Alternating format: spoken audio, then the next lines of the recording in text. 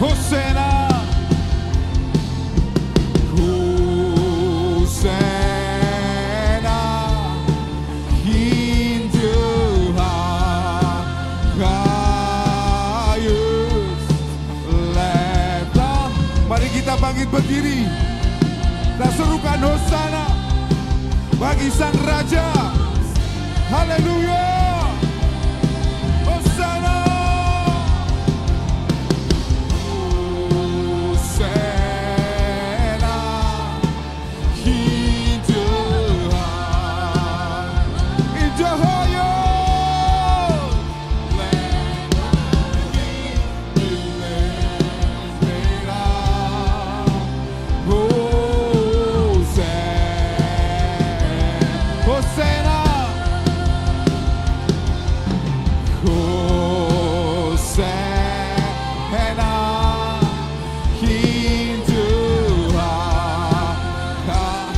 Mari berikan yang terbaik buat Tuhan. Hosana bagi Dia Sang Raja segala raja. Haleluya.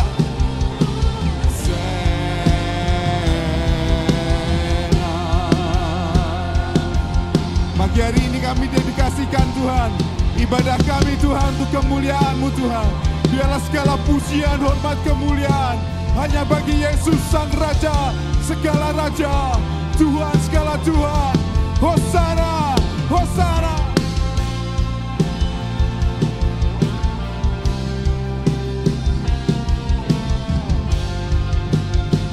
Oh.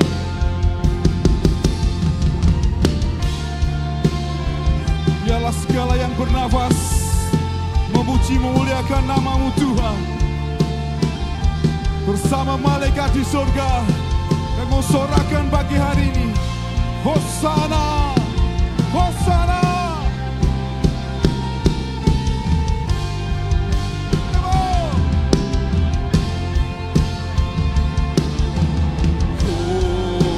Hosana. Cahaya.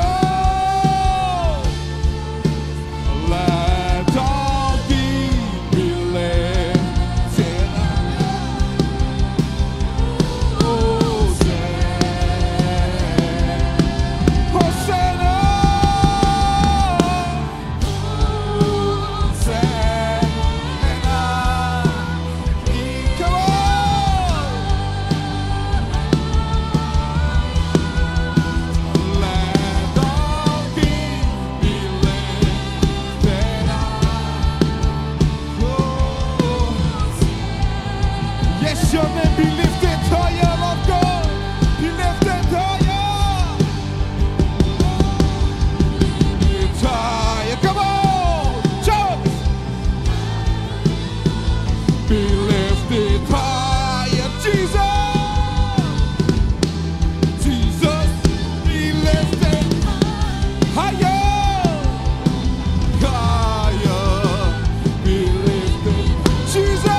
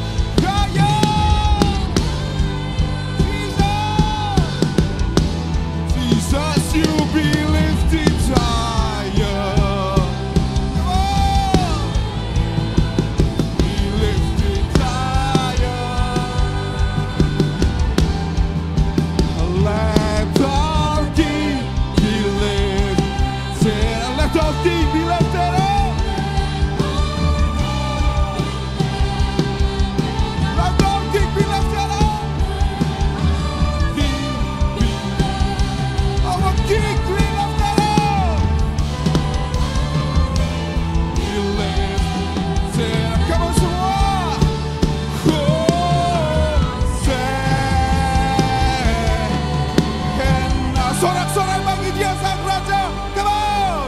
Sorak yang meriah bagi Raja segala raja. Sebab hari ini ada sukacita bagimu dan bagiku. Haleluya.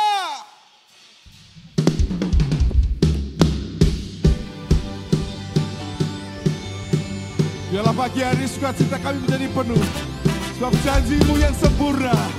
Haleluya.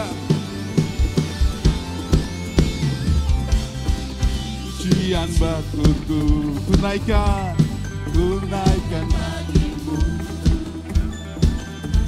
dan rahmat-Mu tercurah bagiku, hidup bersama-Mu.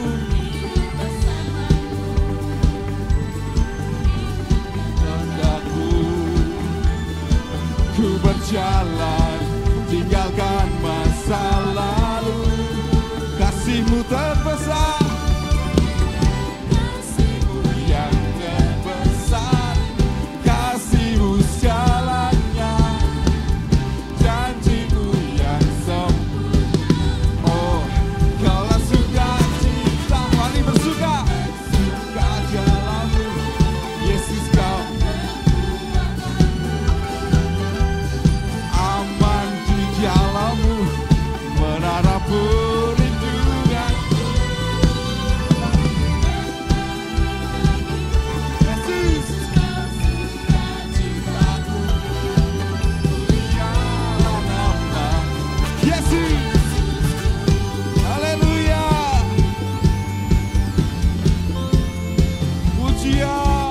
Pujian syukurku ku naikkan bagimu, kasih dan rahmat-Mu tercurah.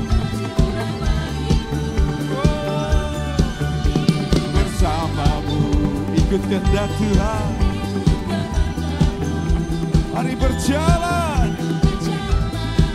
tinggalkan masa lalu, kasih-Mu besar, kasih-Mu yang terbesar, kasih-Mu segalanya, janji-Mu. Kalau sukacita kan, come on.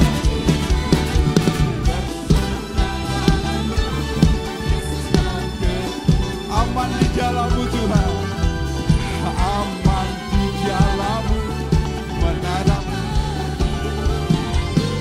Oh, menari bagimu, Yesus Kau sukacitaku, mulialah nama-Mu, oh Yesusku. Biarlah sukacita kami menjadi penuh oleh karena kasih-Mu Tuhan. Haleluya.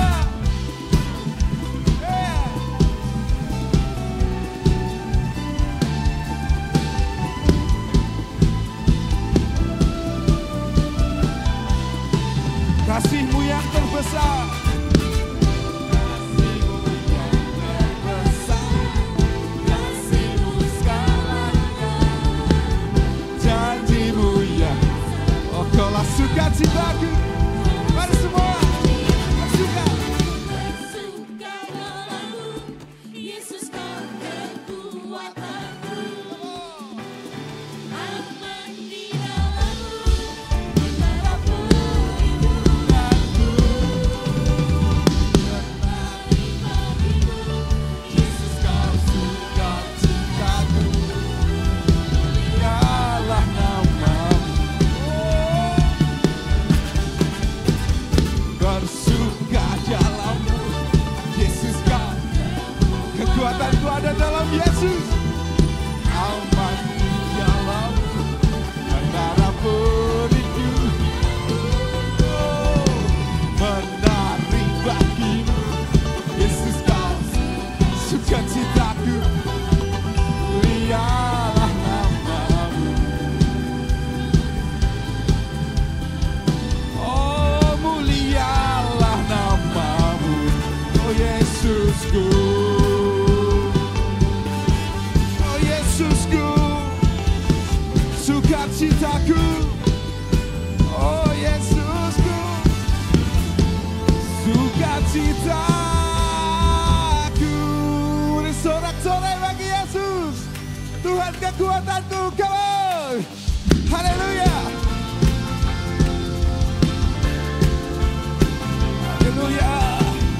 Lembah yang kelam kan kami lewati bersama-Mu Tuhan, sebab Yesus kekuatan. Yesus Kau kekuatan di hidup, takkan gentar.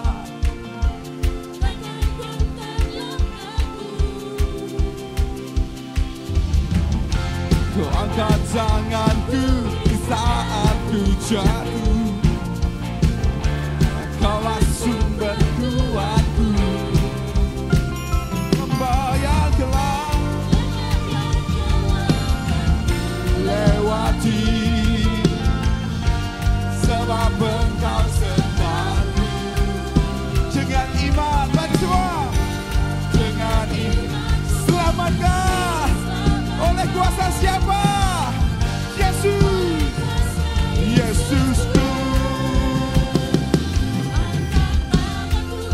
Sorakan haleluya, kamu berkuasa, surga bumi menyembah. Ku angkat tanganku, nyatakan kau hebat, layak perkasa, come on, berkuasa selamanya.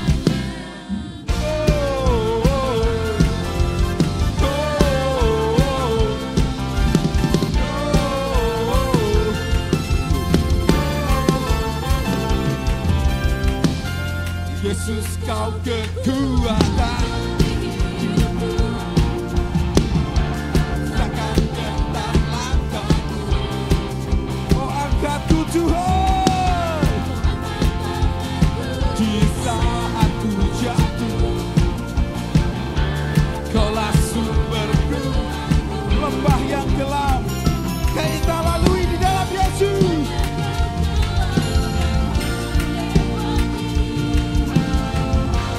Sebab Engkau sudah. Dengan iman bagi semua, dengan iman selama oleh kuasa siapa? Yesus, Yesus, haleluya, haleluya, namamu berkuasa, surga bumi nyatakan. Angkat tanganku, takkan kau hebat, berkuasa selamanya.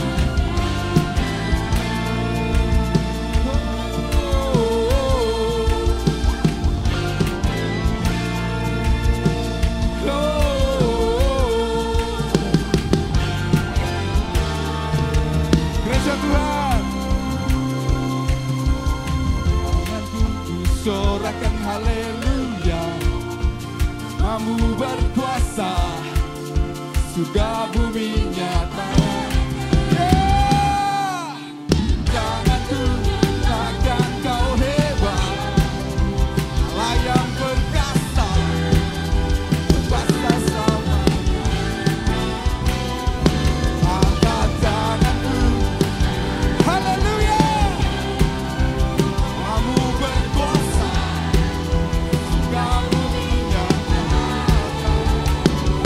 Angkat tanganku, takkan kau hebat, layak perkasa, berkuasa selamanya.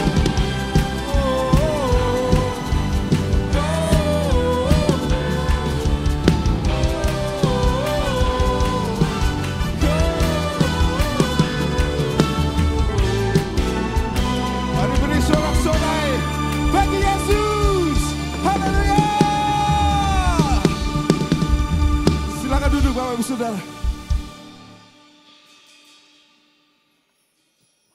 Bapak Ibu Saudara, mari kita persiapkan persembahan yang terbaik untuk Tuhan. Mari kita berdoa. Terima kasih Tuhan Yesus atas berkat dan penyertaan-Mu sampai hari ini di dalam kehidupan kami. Kalau sebentar lagi kami akan memberikan persembahan yang terbaik untuk Tuhan. Kiranya Tuhan yang menguduskan persembahan kami ini, Tuhan yang memberkati, tangan-tangan yang memberi, Tuhan memberkati kami semua. Ajari kami memberi dengan sukacita. Tuhan kami serahkan sepanjang hari ini ke dalam tangan-Mu, biar Tuhan yang menyertai setiap langkah kehidupan kami. Terima kasih Tuhan, hanya dalam nama Tuhan Yesus kami berdoa dan mengucap syukur. Amin. Selamat memberi, Tuhan Yesus memberkati.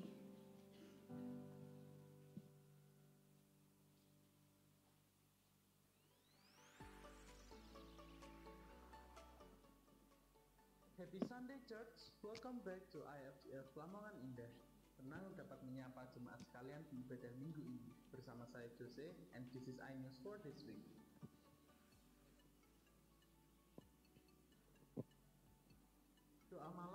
diadakan setiap hari Selasa pukul 7 malam di gereja. Shalom anak muda, mari bergabung di ibadah Super Youth setiap hari Sabtu pukul 6 sore di gereja. Shalom adik-adik kids, jangan lupa buat ikut ibadah iKids hari ini jam 9 pagi di lantai 2 ruang iKids. Bagi jemaat yang mengikuti ibadah secara online dapat memberikan persembahan melalui QR code berikut ini.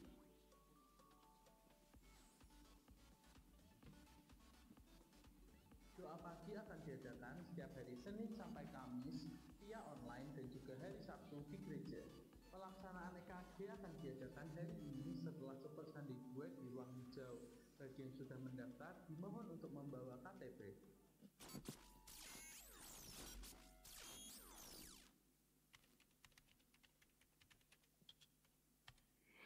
Tidak punya uang, ini tabung dulu.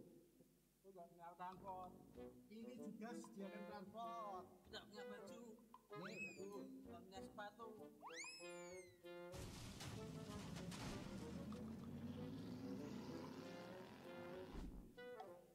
Tapi tidak punya teman.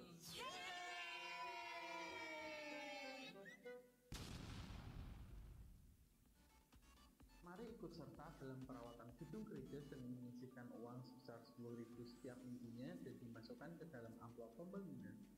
Departemen iShare mengucapkan terima kasih yang sebesar-besarnya untuk jemaat yang sudah setia menjadi donatur tetap iShare.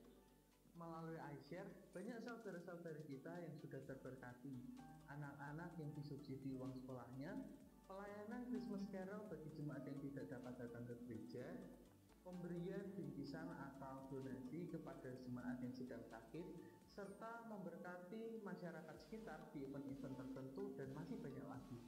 Dalam rangka perayaan HUT Republik Indonesia yang ke-80, gereja akan berbagi kasih dalam bentuk sembako kepada masyarakat di sekitar gereja. iShare mengajak jemaat untuk berpartisipasi dalam bentuk sembako. Jumlah dan jenisnya bebas dan dikumpulkan maksimal 14 Agustus 2025. Kegiatan akan dilaksanakan pada 17 Agustus setelah Super Sunday 2. Untuk informasi lebih lanjut dapat menghubungi Ibu Marta. Selamat berbagi, Tuhan Yesus memberkati.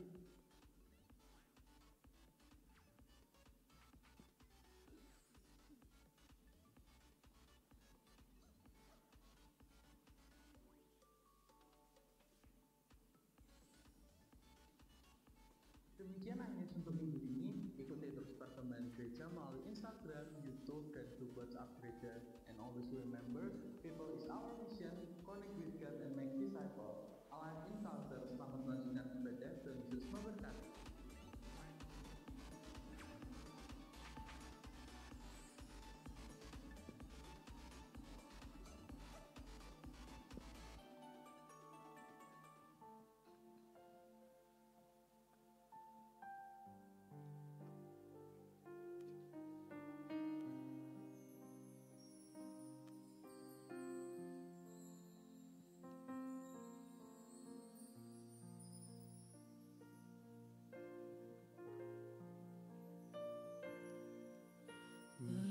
Berkali-kali kau menolong, berkali-kali kau kuatkan dalam rasa sakit. Engkau ada, Yesus setia.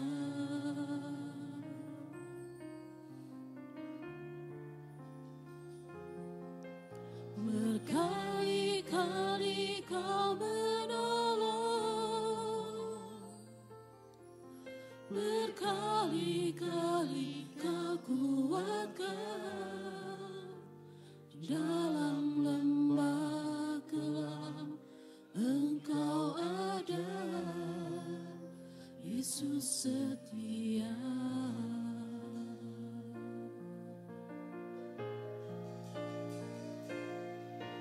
Berkali-kali kau menolong,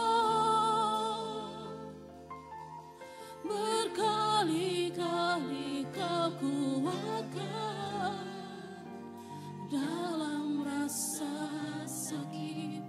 Engkau ada, Yesus setia.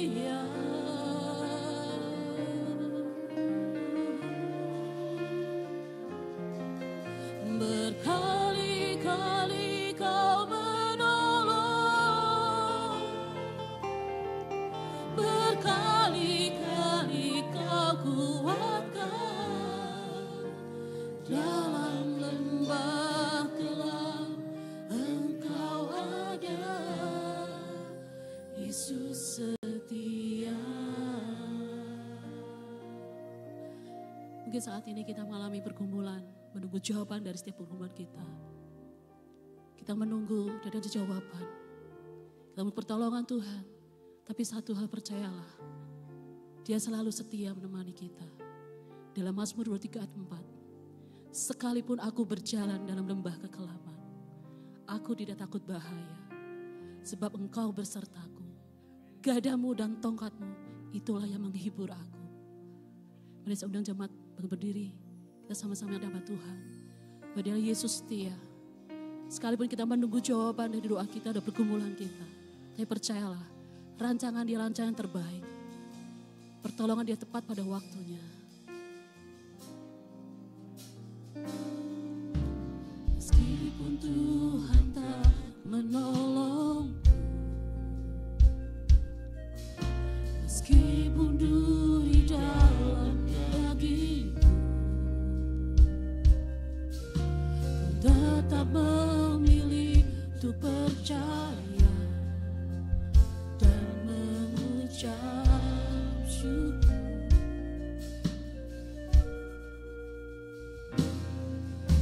Meskipun doaku tak terjawab, meskipun hatiku habis lelah, ku tetap memilih untuk percaya dan mengucap syukur. Berkali-kali Kau menolong,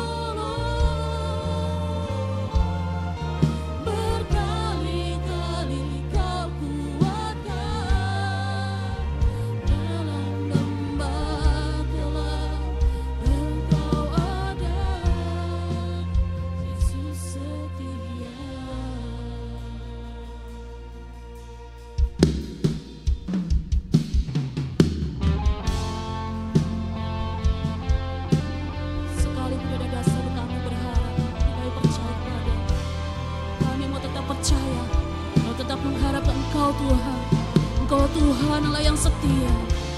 Engkau tidak pernah meninggalkan kami Tuhan.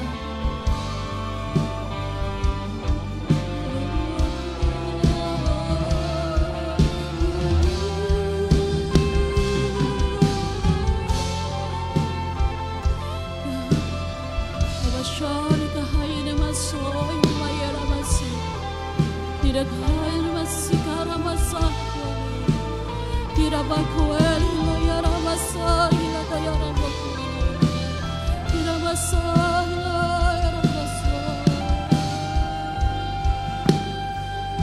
Berkali-kali kau menolong,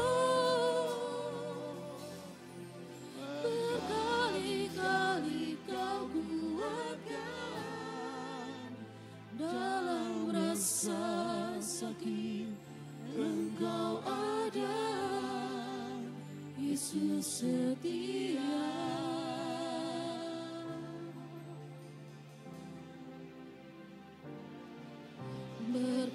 Berkali-kali kau menolong, berkali-kali kau kuatkan dalam lembah kelam.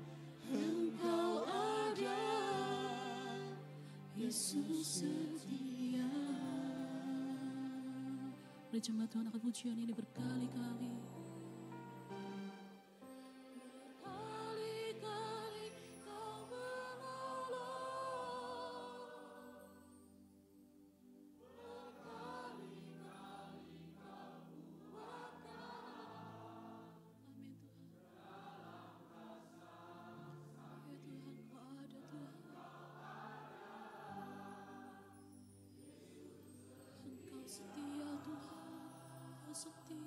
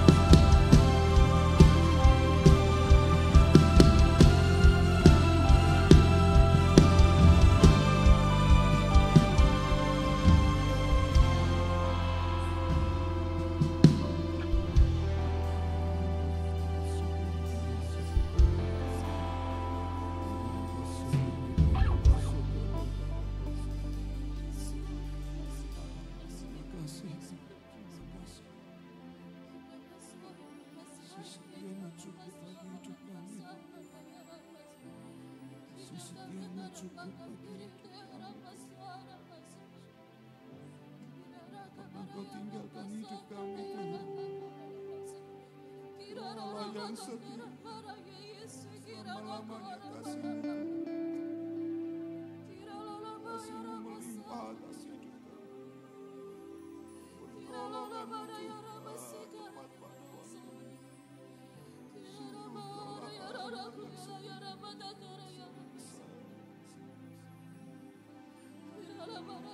Sungguh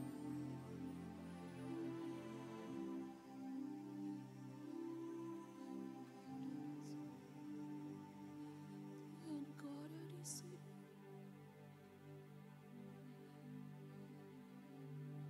Kau ada di sisi kami saat ini, Tuhan. Engkau mengerti setiap pergumulan hidup kami, Tuhan. Engkau mengerti hati kami yang haus dan rindu, Tuhan. Engkau tahu, Tuhan, setiap kami yang menantikan jawaban doa kami, menantikan jawaban pergumulan kami, Tuhan.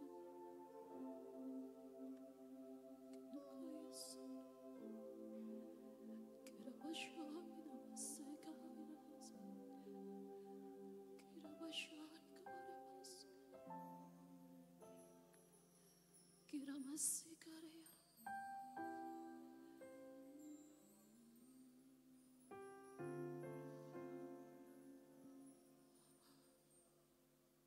Bapa, Kau mendengar.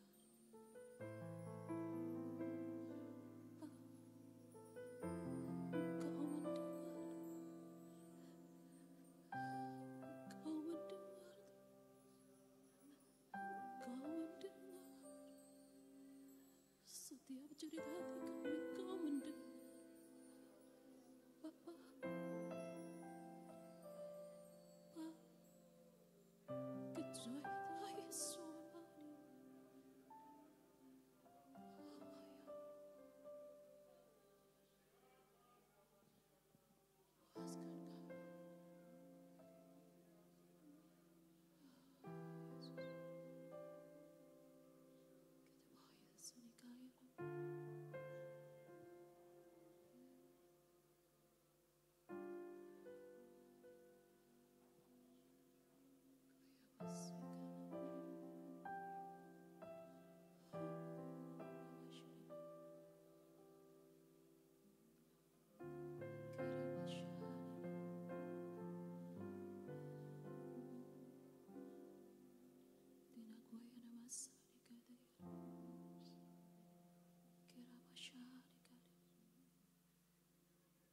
Kaulah pengharapan kami, Tuhan.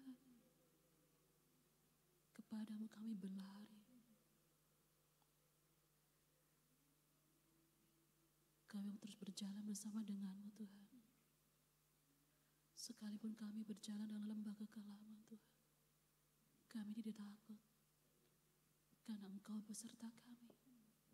Engkau ada di sisi kami, Tuhan. Gadamu dan tongkatmu, itulah menyertai kami. Kami percaya Engkau pengharapan kami.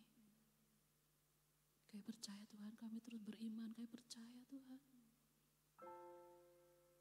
Buat kami terus, Tuhan, tetap kuat menghadapi badai kehidupan kami, Tuhan.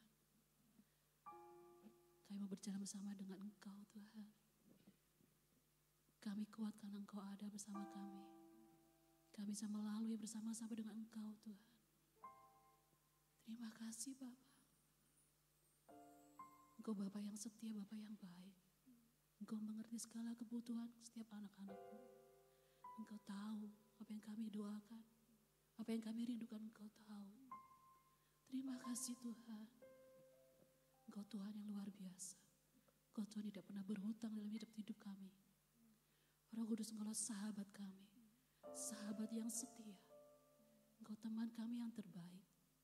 Engkau peduli, Engkau mengerti setiap tetes air mata kami. Terima kasih, Bapa. Terima kasih, Yesus.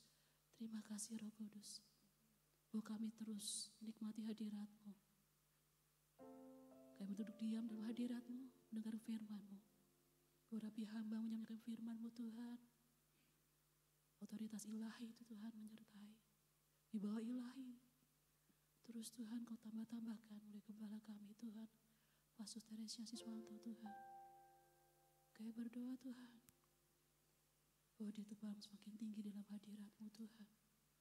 Mengerti isi hati-Mu lebih dalam lagi Tuhan. Bahwa kami setiap umat Tuhan mengerti isi hati-Mu. Seperti kerinduan-Mu Tuhan. Terima kasih Bapa, terima kasih Yesus, terima kasih Roh Kudus. Di dalam nama Yesus kami berdoa. Kami mengucap syukur kepadamu. Amin. Jemaat silakan duduk kembali.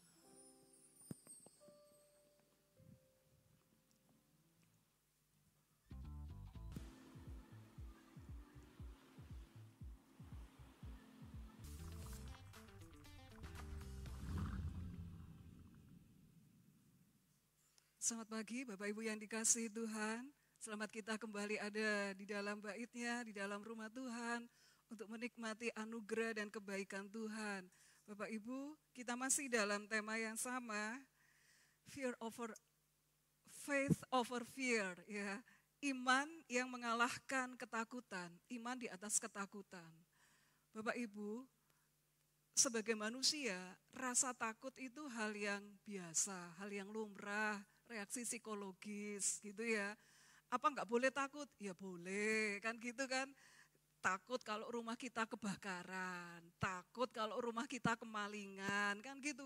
Itu hal yang biasa gitu kan. Tapi kalau kita dikuasai oleh ketakutan, roh ketakutan, ini udah enggak normal. Karena ketakutan, roh ketakutan itu melumpuhkan iman, melumpuhkan kreativitas, melumpuhkan semangat hidup. Nah ini kalau kita udah dikuasai ketakutan, gak mungkin, gak bisa, aku pasti gagal, gak mungkin kali ini mati aku, kali ini celaka. Ini namanya ketakutan. Atau boleh dikatakan roh ketakutan. Lah kalau udah roh ketakutan itu, apalagi kalau namanya roh ketakutan, itu nular.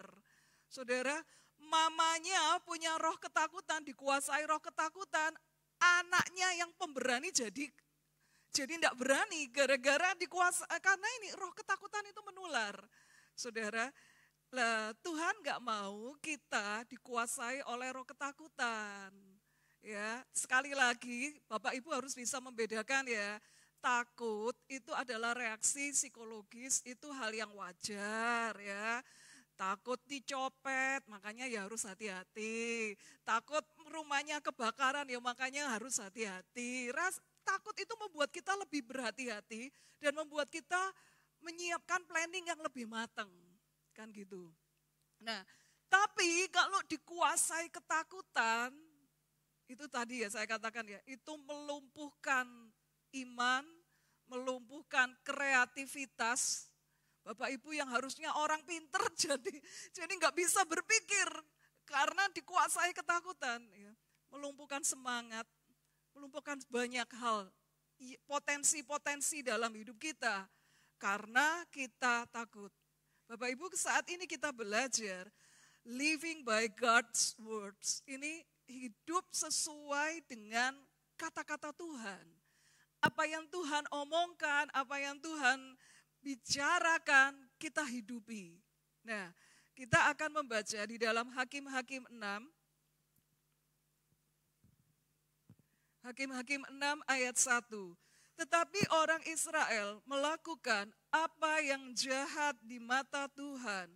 Sebab itu Tuhan menyerahkan mereka ke dalam tangan orang Midian 7 tahun lamanya. Dan selama itu orang Midian berkuasa atas orang Israel.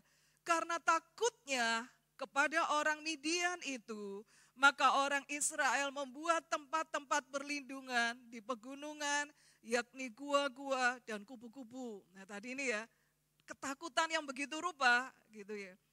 Setiap kali orang Israel selesai menabur, datanglah orang Midian, orang Amalek, dan orang-orang dari sebelah timur, lalu maju mendatangi mereka. Berkemahlah orang-orang itu di daerah mereka dan memusnahkan hasil tanah itu sampai ke dekat Gaza.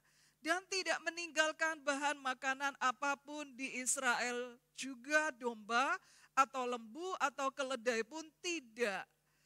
Sebab orang-orang itu datang maju dengan ternaknya dan kemahnya, dan datangnya itu berbanyak-banyak seperti belalang. Orang-orangnya dan unta-untanya tidak terhitung banyaknya. Sekaliannya datang ke negeri itu untuk memusnahkannya, sehingga orang Israel menjadi sangat melarat oleh perbuatan orang Midian itu. Lalu berserulah orang Israel kepada Tuhan. Jadi Bapak Ibu, ini yang dialami oleh orang Israel kan. Mereka itu diserang musuh, bukan musuhnya itu merampas hasil makanan, bukan. Bukan dijarah, tapi hasil panen itu dihancurkan. Mungkin dibakar lah, mungkin ya seperti apa, pokoknya mau panen, panennya dibuat gagal. Dan itu terjadi berulang-ulang. Gitu ya. Coba Bapak Ibu kalau kita jadi dalam kondisi seperti itu, kita kan ya gimana gitu kan. Kita mungkin saat ini kayaknya kita bekerja, kita udah membayangkan nanti hasil pekerjaanku yang ini, melalui hasil pekerjaanku yang ini aku akan menerima uang sekian juta. Kita udah bayangin seperti itu. Ya mungkin anak berkata, "Pak, aku nanti belikan ini ya Pak, ini laptopku ini sudah lemot banget Pak, harus ganti." Oh ya tenang, bulan depan ya tak beliin. Karena kita sudah tahu bulan depan ya kita akan mendapatkan sekian juta. Karena sebentar lagi pekerjaan kita membuahkan hasil, gitu kan.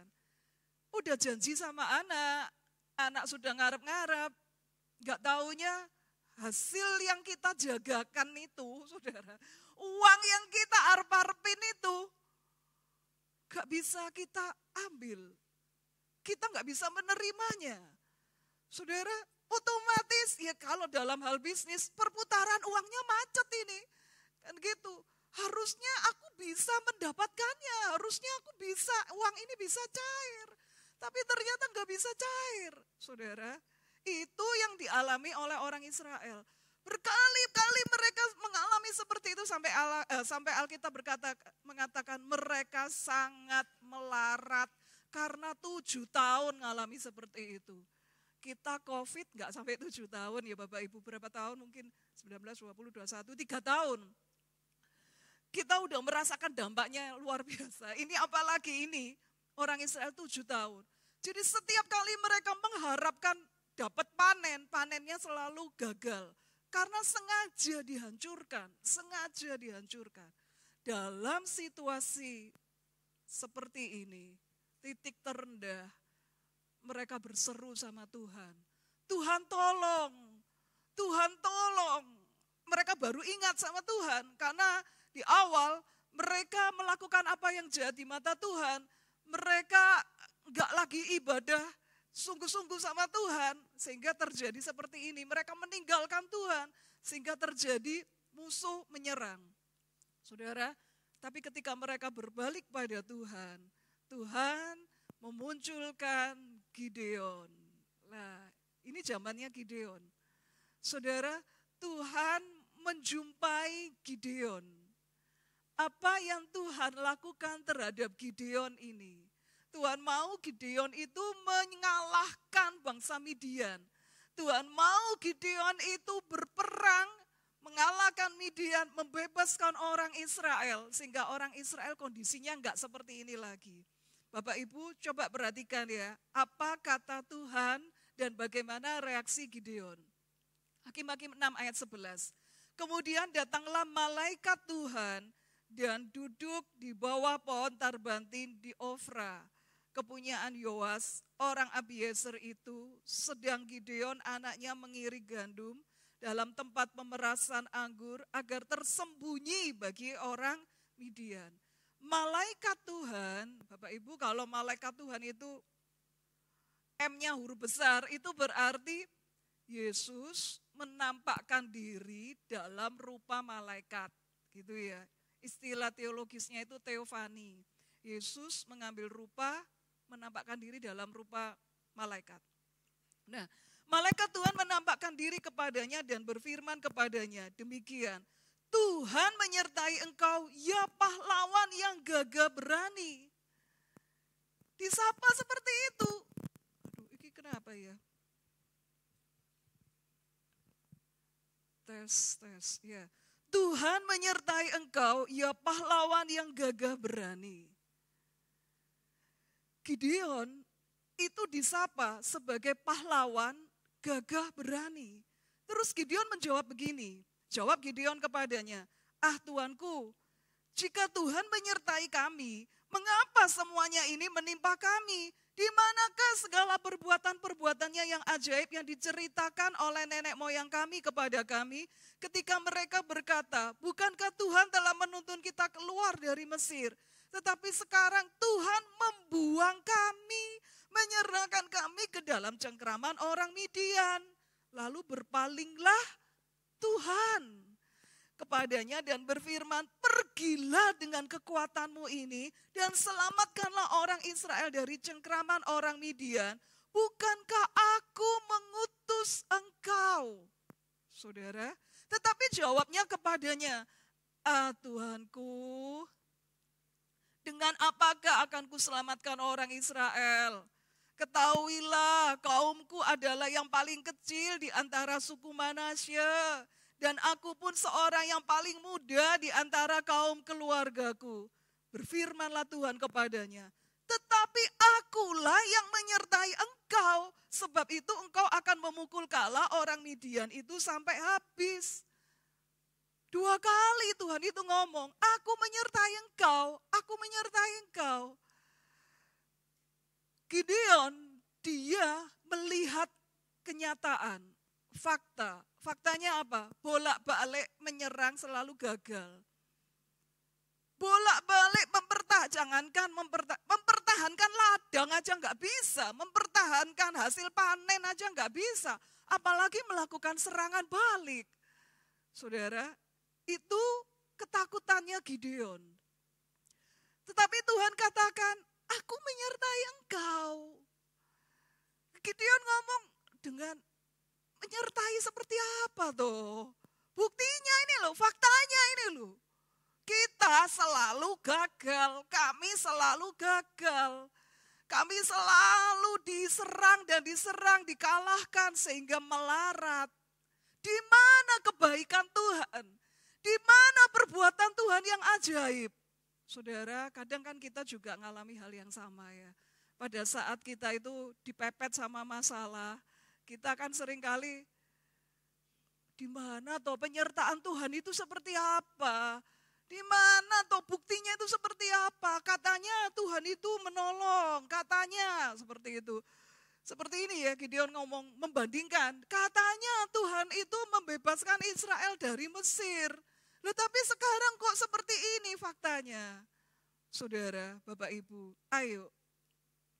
Hiduplah sesuai dengan apa kata Tuhan, bukan pada fakta. Mungkin firman Tuhan dan kenyataan hidup bertolak belakang. Bertolak belakang. Mungkin pujian yang kita nyanyikan di gereja bertolak belakang dengan fakta yang ada. Tapi hiduplah sesuai dengan apa kata Tuhan. Mempercayai apa kata Tuhan. Bukan pada fakta, bukan pada masalah, bukan pada kegagalan yang kita alami. Saudara, kalau kita itu hidupnya itu fokus pada fakta.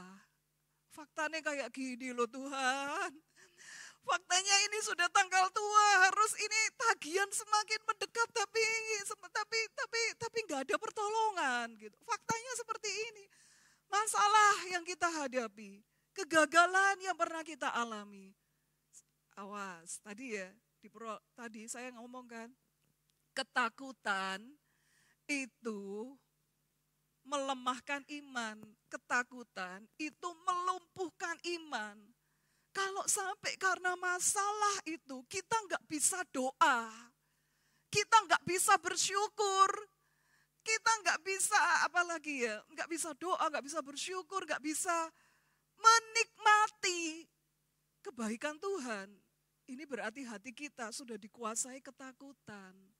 Bapak Ibu, namanya orang hidup pasti ada masalah. Masalah itu pasti datang. Yang ini udah selesai, yang ini datang. Yang ini udah selesai, yang ini datang. Yang ini udah selesai, yang ini datang. Namanya orang hidup itu pasti ada masalah. Orang yang saya anggap enak ya, anaknya udah sarjana, udah menikah, udah settle gitu ya. Enak ya, dia nggak mikirin nguliahkan anak itu seperti apa gitu ya. Karena anaknya udah selesai kuliah, dia nggak mikirin nanti kalau nikahkan anak itu seperti apa. Loh saya itu mikir loh Bapak Ibu, nantilah aku nikah ke anak. Dan dia yo ngundang jemaat sak kene iki, semua diundang ki, aku bisa mubet gitu. Saya itu mikir loh Bapak Ibu, coba itu Pak Han udah mantu enak gitu ya. Itu aja saya lihat ya, beliau itu juga mikir kan gitu. Nanti yang ini diundang, yang ini gak diundang, nanti yang ini Mary. Yang ini diundang, yang ini gak diundang, ini Mary. Lah saya apa lagi? Kan gitu tuh. Lah, nanti kalau yang ini diundang, ini gak diundang, nanti lah iri gimana? Nanti lah dia, aduh pusing gitu. Pusing.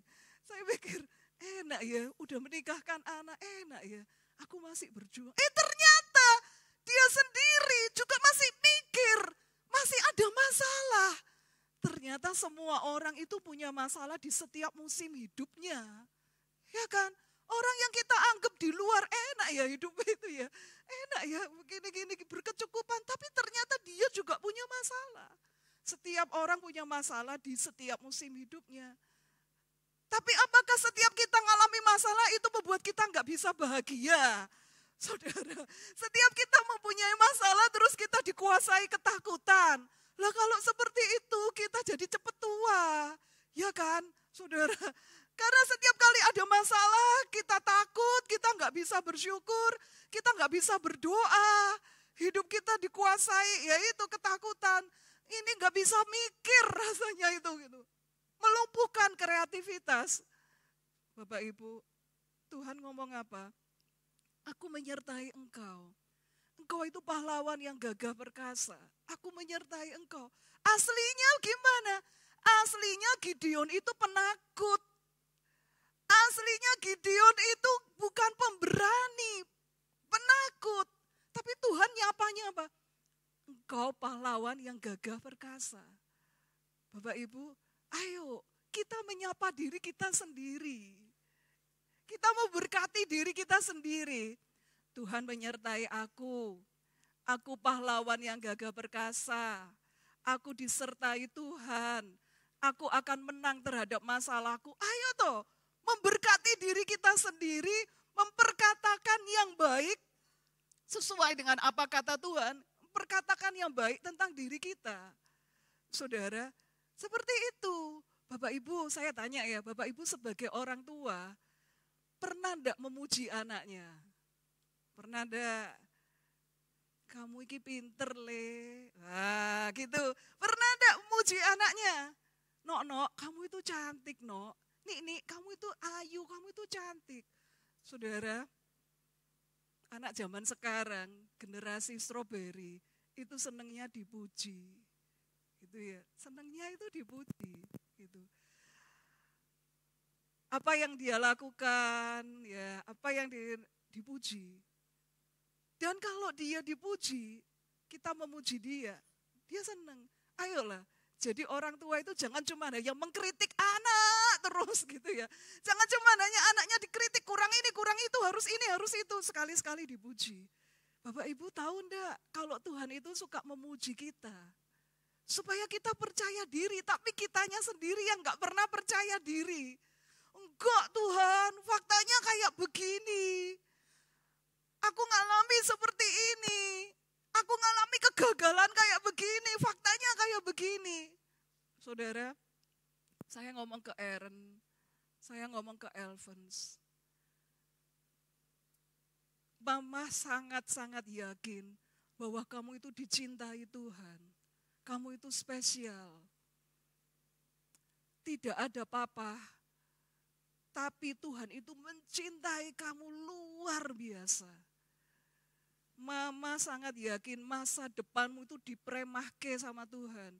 Ini loh kata-kata bahasa Semarang yang aku paling suka. Benar ya? Premahke, kan gitu ya. Apa itu? Diaturke, benar enggak? Diaturno. Kamu harus melangkah seperti ini, kamu harus mengambil keputusan seperti ini, kamu harus begini. Diaturno sama Tuhan.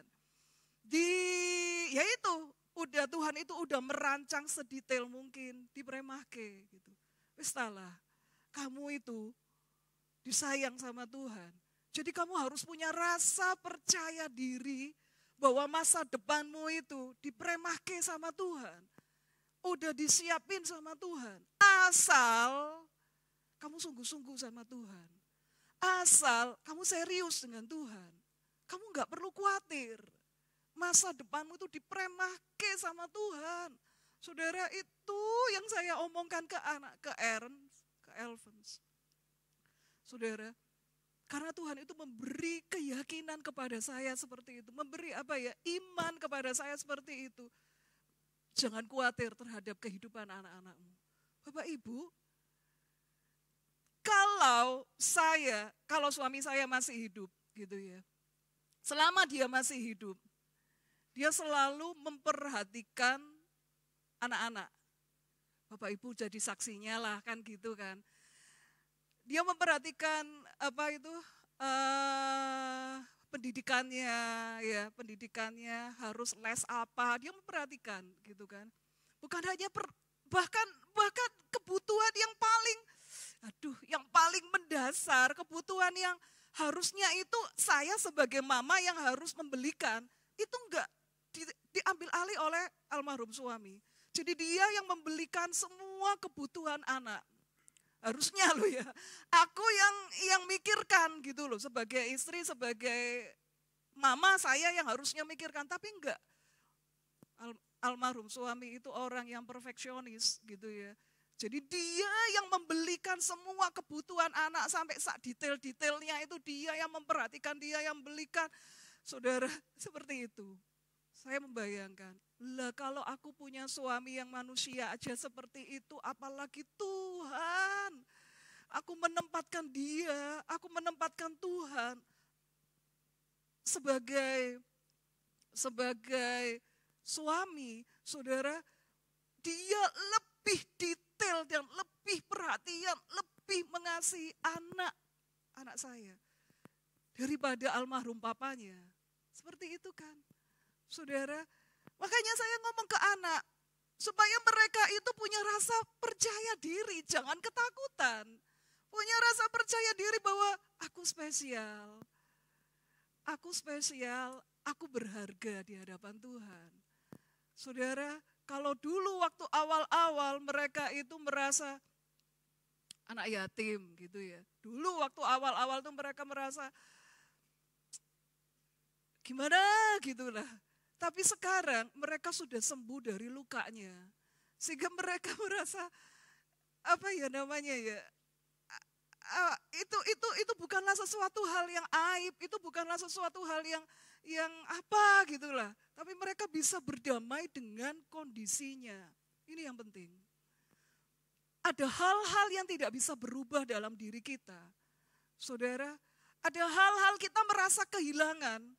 Saudara, Bapak Ibu mungkin dalam hal bekerja, Bapak Ibu kehilangan, Bapak Ibu berbisnis, ngalami kerugian gitu ya. Aduh, aku rugi sekian juta, aduh uangku ditipu orang, aduh aku ditipu temenku gini. Udah jangan nangisin itu. Walaupun mungkin kerosok, 10-an juta loh Tuhan, uangku dicak 30 juta sama dia, sama teman baik sendiri. Uangku dimakan sama sahabatku sendiri 60 juta. Udah, ada hal-hal yang gak bisa balik. Yang gak bisa balik, ya udah kita berusaha berdamai dengan diri kita. Dengan keadaan. Tapi mulai kita itu hidup sesuai dengan apa kata Tuhan. Aku disayang Tuhan, aku diberkati. Yesaya 43 ayat 4 mengatakan, Oleh karena engkau berharga di mataku dan mulia dan aku ini mengasihi engkau, maka aku memberikan manusia sebagai gantimu dan bangsa-bangsa sebagai ganti nyawamu. Saudara, ini Yesaya. Apa kata firman Tuhan? Kita itu berharga di matanya. Kita itu mulia di mata Tuhan. Ayo hidup sesuai dengan apa kata Tuhan. Bukan apa kata manusia, kegagalan atau masa lalu itu menghantui kita sehingga melumpuhkan semuanya, melumpuhkan iman, kreativitas, kita nggak bisa doa, kita nggak bisa lagi pelayanan, kita merasa aduh kok seperti ini. Jangan Bapak Ibu, jangan gitu ya. Hidup itu masih ada masalah, tapi setiap masalah ada solusinya. Dan kita harus punya iman bahwa seperti ini ya, engkau adalah pahlawan yang gagah perkasa. Kita juga mengimani ini. Aku adalah pahlawan yang gagah perkasa. Aku akan menjadi pemenang atas setiap masalahku, termasuk masalah yang ini. Saudara, nih kita lihat dari kehidupan Gideon. Yang kedua, Yefta. Yefta, Hakim-Hakim 11 mengatakan, adapun Yefta orang Gilead itu adalah seorang pahlawan yang gagah perkasa. Ini di mata Tuhan Yefta itu pahlawan yang gagah perkasa. Tapi ia anak seorang perempuan sundal. Faktanya dia anak perempuan sundal. Tapi menurut mata Tuhan dia pahlawan yang gagah perkasa. Ayah Yefta ialah Gilead. Juga istri Gilead melahirkan anak-anak lelaki baginya. Setelah besar anak-anak istrinya ini, maka mereka mengusir Yefta. Katanya kepadanya, engkau tidak mendapat milik pusaka dalam keluarga kami sebab engkau anak dari perempuan lain. Maka larilah Yefta dari saudara-saudaranya itu dan diam di tanah Top. Di sana berkumpullah kepadanya petualang-petualang yang pergi. Kalau sekarang ini bahasanya itu preman-preman gitu ya. Pergi merampok bersama-sama dengan dia. Menurut kacamata Tuhan, dia itu pahlawan yang gagah perkasa. Tapi karena dia anak perempuan sundal, karena masa lalunya seperti itu, dan karena dia ditolak, bukan hanya oleh keluarganya, tapi seluruh penduduk kota nolak dia. Saudara, dia diusir bukan hanya dari rumah, tapi dari kotanya. Bapak Ibu, apa yang terjadi? Dia merasa bahwa dirinya itu enggak berarti, enggak berguna, sehingga dia menjadi perampok. Lah ini loh Bapak Ibu, kalau kita hidup berdasarkan apa kata orang menolak kita, orang menghina kita, orang memperlakukan kita enggak bagus, maka kita memiliki citra diri yang buruk terhadap diri kita. Padahal Tuhan katakan engkau itu pahlawan yang gagah perkasa. Jangan sampai karena kegagalan yang pernah kita buat, itu membuat kita punya gambar diri yang jelek, citra diri yang buruk. Jangan karena masa lalu kita itu membuat kita punya citra diri yang buruk. Walaupun sekeliling kita itu menolak, walaupun sekeliling kita memandang rendah. Tapi ingat, Tuhan tidak pernah menolak. Menurut kacamata Tuhan, kita adalah pahlawan yang gagah perkasa. Kalau kita punya gambar diri yang buruk, maka kita akan melakukan hal yang buruk, jadi perampok. Tapi ketika Yefta itu punya citra diri yang baik, saudara, dia dipakai oleh Tuhan menjadi pahlawan. Bahkan nama Yefta itu ditulis di kitab Ibrani, tokoh-tokoh iman, dia menjadi tokoh iman. Ayo hidup menurut apa kata Tuhan.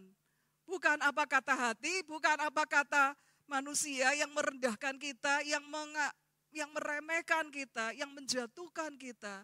Bukan kita ingat terhadap masa lalu, tapi apa kata Tuhan. Bapak Ibu,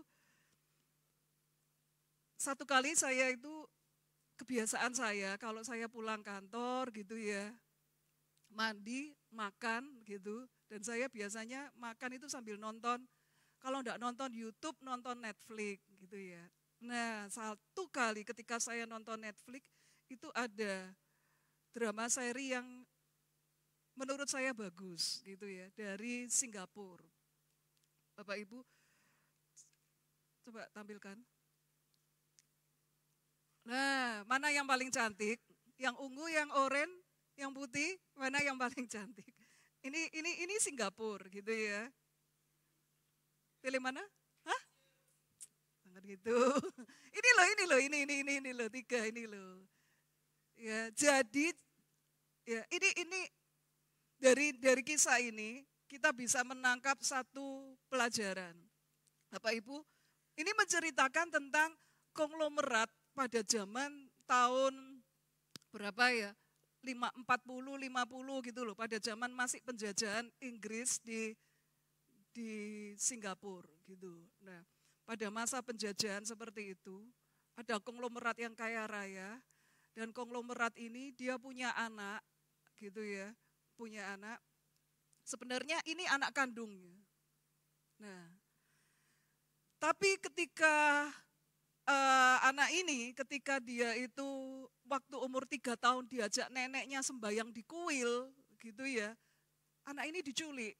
Jadi umur 3 tahun dia hilang, diculik. Kemudian dijual, dibesarkan di rumah bordil. Wah, kan ngeri gitu ya. Kemudian papa mamanya itu kan kaya raya gitu ya. Papa mamanya itu cari anaknya nggak ketemu sampai berapa tahun nggak ketemu, sampai pada satu kali papa mamanya itu ketemu dengan yang ini, yang di tengah ini. Ini dia dulunya waktu dia umur 10 tahun dia itu anak jalanan, kehidupannya liar, anak jalanan gitu, pengemis, pencuri gitu ya, anak jalanan. Tapi dia punya hati yang baik. Nah, saudara, jadi ini si konglomerat ini seorang nyonya besar ini, dia melihat, dia memperhatikan anak ini kalau aku didik dengan benar, dia bisa berhasil dalam hidupnya. Karena pada dasarnya karakternya itu bagus. Hanya karena dia anak jalanan, dia jadi pencuri seperti ini. Sebenarnya karakternya apik. Sampai pada satu kali si nyonya besar itu, dia mengambil yang oranye ini jadi anak angkatnya, gitu ya. Dia dibesarkan oleh bangsawan, ya. Dia dibesarkan oleh bangsawan. Dia yang anak gadis liar, ya, yang liar. Dia hidup mewah. Sekarang dia hidup dibesarkan di rumah yang mewah.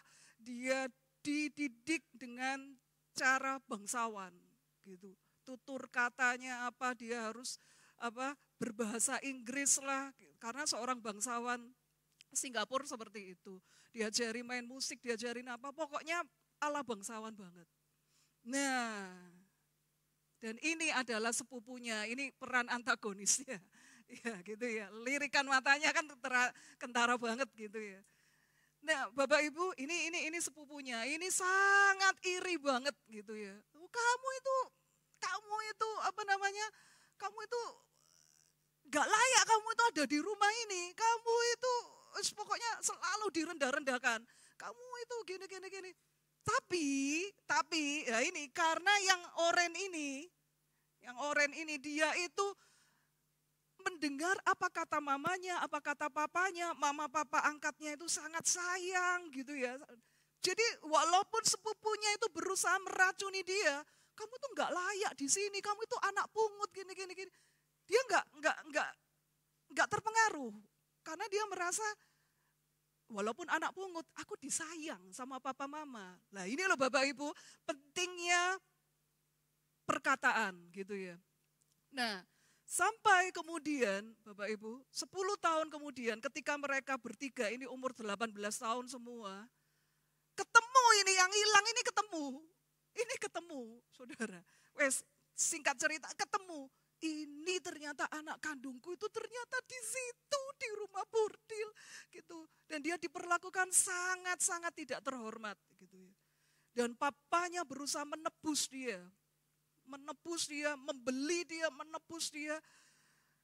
Dan akhirnya dia dibeli gitu kan, dibeli, ditebus. Dan sama papa mamanya itu diomongin, ingat ya, kamu sekarang anakku.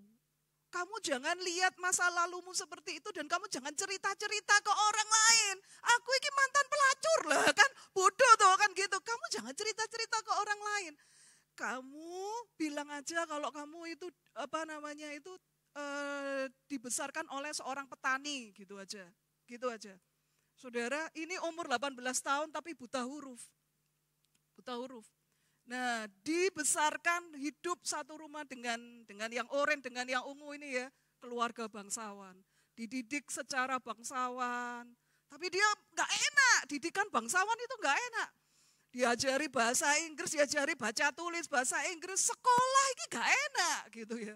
Nah, saudara, tapi dia diajari. Lah, tapi yang ini meracuni ini anak yang asli ini. Yang ini meracuni, dikorek-korek, kamu selama ini di mana? Aku dibesarkan sama petani yang miskin. Enggak mungkin kamu dibesarkan sama petani. Kalau orang desa itu gak bisa nari, kamu itu bisa ngedance kok. Kamu itu bisa, ini loh, telinganya itu bisa sadar musik waltz, musik apa gitu, kamu bisa. Berarti kamu itu nggak mungkin dibesarkan sama petani. Ayo, kamu itu dibesarkan sama siapa ya? Dikorek, terus dideketin. Akhirnya dia cerita. Saudara, dan mulai yang ungu itu mengintimidasi. Kamu itu nggak disayang sama papa mamamu. Papa mamamu itu udah terlanjur sayang sama ini gitu. Kamu itu nggak disayang. Kamu itu mantan pelacur kok. Disayang apanya sama papa mamamu? Ini loh, papa mamamu tuh sayang sama ini, gitu ya. Diadu domba. Sehingga akhirnya yang ini gak hormat sama papa mamanya dan membenci saudaranya. Singkat ceritanya seperti itu.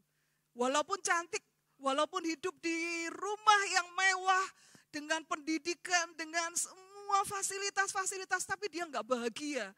Karena dia mendengarkan apa kata sepupunya dan sepupunya selalu meracuni dia. Kamu itu mantan pelacur, kamu itu enggak layak, kamu itu gini. Nah, seperti itu. Bapak Ibu, kadang-kadang kita bodoh dan kita bersikap seperti ini ya, yang warna putih ini. Saya senang lihat drama ini karena apa? Bajunya itu loh, kebayanya itu cantik-cantik gitu. Setiap episode, kebayanya bagus lagi, apik lagi gitu ya. Cantik-cantik kebayanya gitu. Saudara, nah, jadi walaupun dibesarkan keluarga yang kaya raya, dia nggak bahagia karena dia selalu dengar apa kata sepupunya. Racun yang dibicarakan oleh sepupunya itu masuk di hatinya. Sebaliknya ini yang oranye ini, yang dia yang harusnya itu anak jalanan, anak pungut, ya dia tidak termakan perkataan ini, yang ungu ini, nggak termakan kata-katanya ini. Dia lebih percaya apa kata mamanya, apa kata papa angkatnya, apa kata mamanya, apa kata papa angkatnya, sehingga hidupnya bahagia. Bapak Ibu, singkatnya seperti itu. Kita mau jadi yang ini atau yang ini, gitu. Ya. Kita mau jadi yang ini atau yang ini. Semua orang itu punya masa lalu kan. Semua orang pernah melakukan kesalahan kan. Semua orang pernah melakukan kegagalan kan.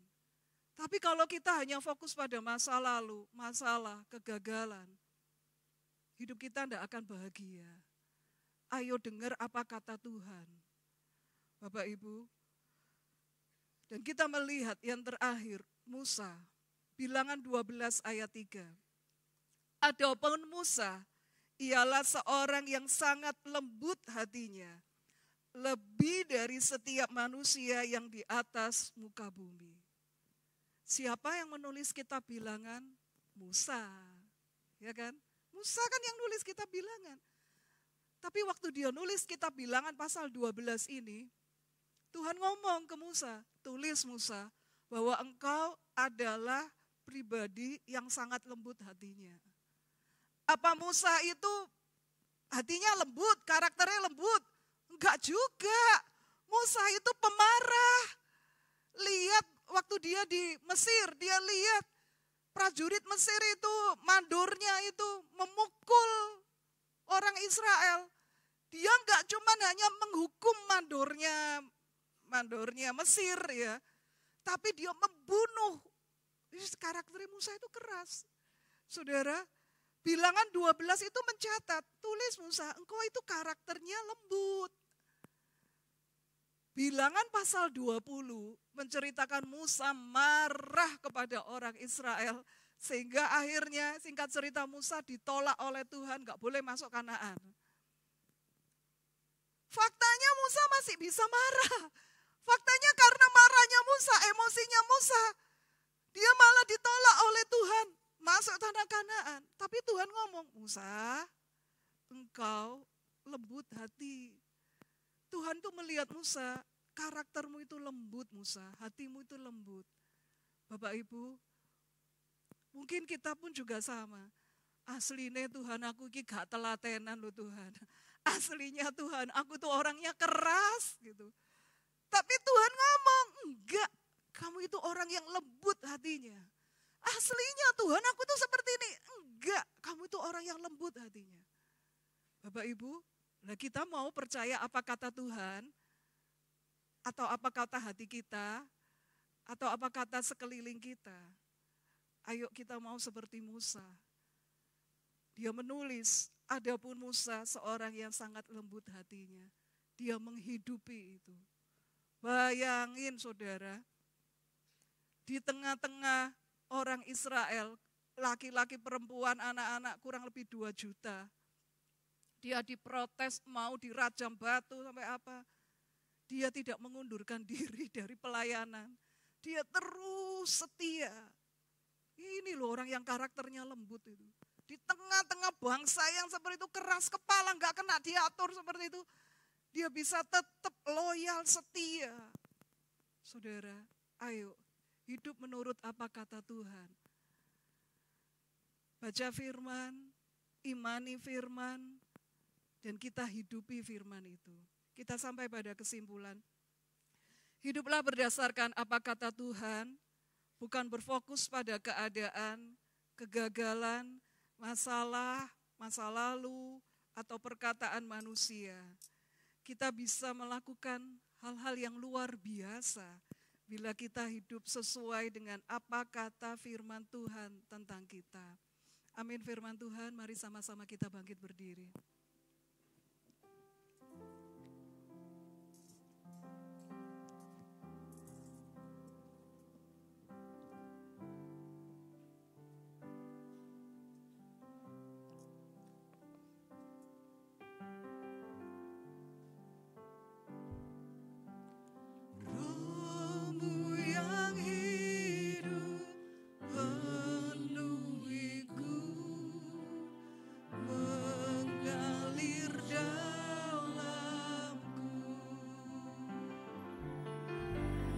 Jiwaku tenang bersamamu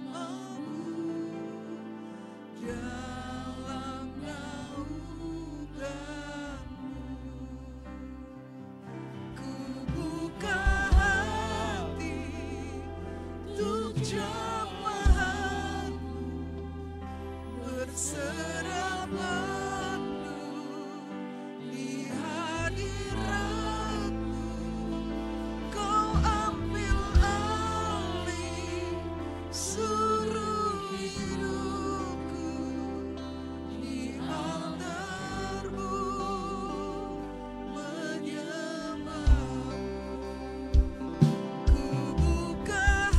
Hati